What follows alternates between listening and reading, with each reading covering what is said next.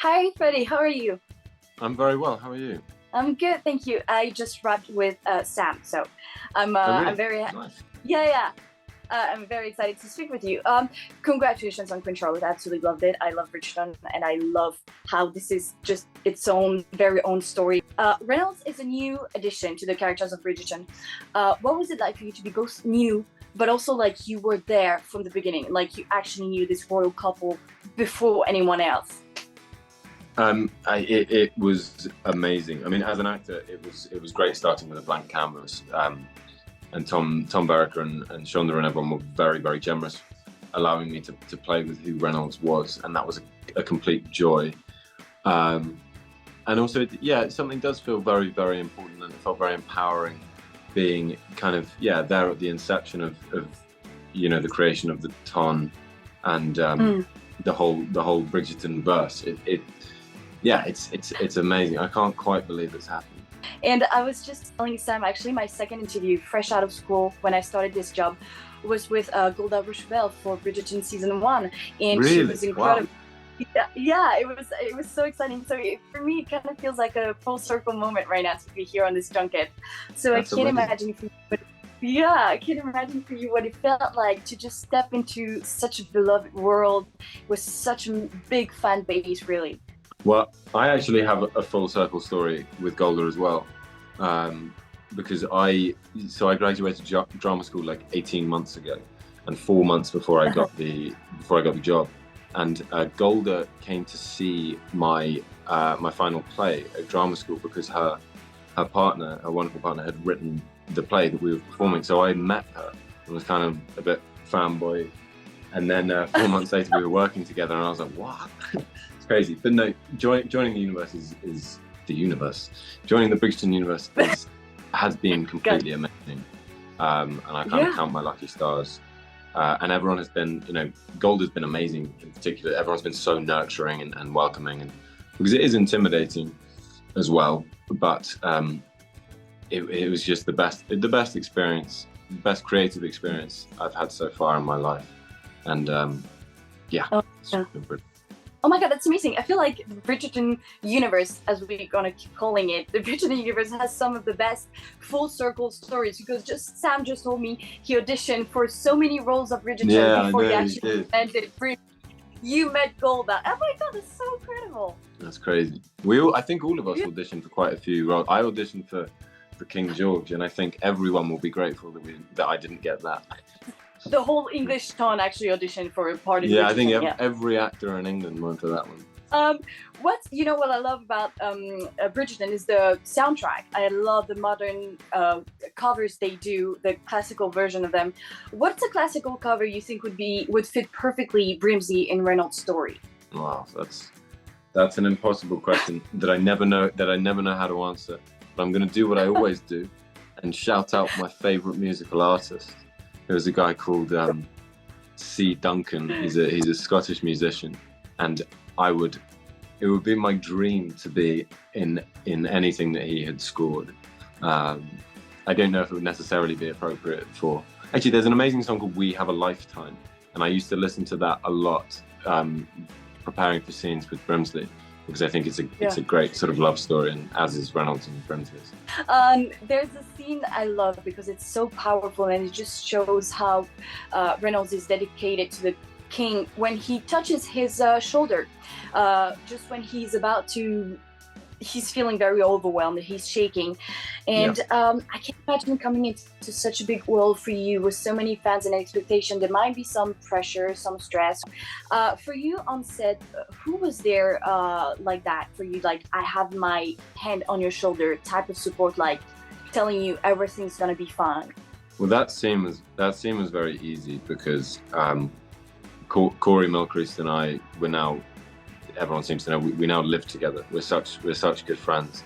So every day on set, and it's my first job, it's his first job. So we really metaphorically held each other throughout the whole process, and I'm so grateful to all the cast members for their support. Corey and I have, I don't know, I love that man to bits, and we metaphorically held each other's hands throughout the process. Oh, that's great. That's great. Were you a fan of Bridgerton before we get so much context and backstory for every character. Whose storyline were you most interested to see? I actually hadn't seen Bridgerton before I signed on to do Queen Charlotte, which is an embarrassing thing to say because it feels like the whole world had seen Bridgerton. But once I had, everyone. But once I had seen it, and once I knew what my role was, I think I was most excited to see Brimsley's storyline, actually, because he I think he's a very underappreciated character in Bridgerton seasons 1 and 2. And actually Hugh Sachs, who plays Brimsley, is one of the most beautiful actors I have ever had the privilege of knowing and watching. He is amazing. I'm in awe of his work, and I loved the fact that Shonda chose to explore that storyline more, both in the present day Bridgerton and in the Queen Charlotte era. So I'm going to say Brimsley.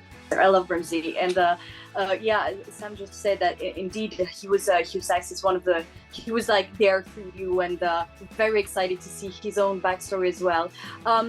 Which other, now that you've seen Bridgerton, the whole shebang, which other character from Bridgerton would you have liked to be, and why? That's a really, really good question, but I'm going to keep it in the Queen Charlotte world because I would feel disloyal if I didn't. I would have, I think I would have loved to have played King George, but what I would say is that Corey Milcrease is also I have learned so much from Corey. He is an amazing actor, and I think it definitely went to the right person. But I think that his story arc would be fascinating to play as an actor. But don't get me wrong, it went to the right man. He is amazing, and I can't wait for the world to see his work. I understand. He is, and you're amazing as Reynolds as well. I don't know about that. No, you are. I'm Thank telling you. You are. You have to take this. Yeah, own it. Do you think you know what happened between Brimsley and Reynolds? Would you like to see the full story too one day? Yeah, so I think what happens is that Reynolds is on holiday in the Maldives, and Brimsley's going to join him halfway through season 3. You know what? Why not? That would be really nice. No, I would absolutely love to see what happens. And I get asked this question a lot, and there's lots of speculation about whether or not Reynolds is still alive. I really, really hope he is. But also, wherever he is, I know that he and Brimsley are still very passionately in love, whatever's happened. And I hope I get to find out. I hope so too. And I kind of want a very big romantic reunion between these two. I think it would be amazing, It would be pretty amazing, yeah. How do you become the king's right-hand man? Like, give me the first rules that you learned when you got the part, because it feels like it might be quite a complicated role to play. You have deep respect and friendship towards the king, not the queen, the king. You can't really touch him, but you can't really get involved directly or be too honest. What is the rule you learned when you got the part? Like, I'm gonna be the king's right-hand man.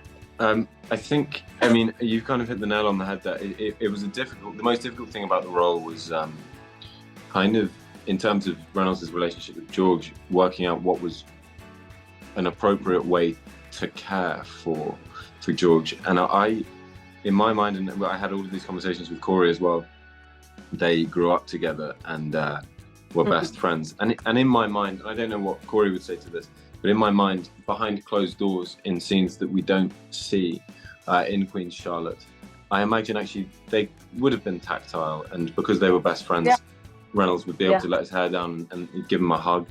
And I think until the arrival of Queen Charlotte, Reynolds was the only person that really looked after George. And as an actor, how I got into that was I kind of I just did a lot of thinking about duty versus desire, because Reynolds is a deeply empathetic, caring, sensitive man, and it was choosing the appropriate moments to show that in the series. And Tom Barraker really helped with that, and we had lots of discussions.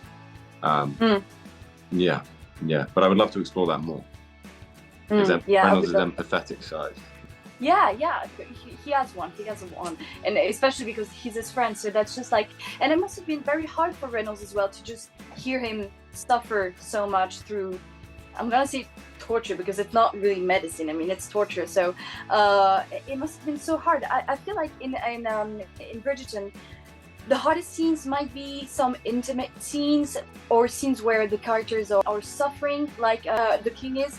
I'm being told to wrap, but yeah, I would have loved to know what was the hardest scene for you to film. The hardest scene for me to film as Freddie was the dancing scene because it required a skill that I did not possess at that point. Okay, so he's absolutely yeah.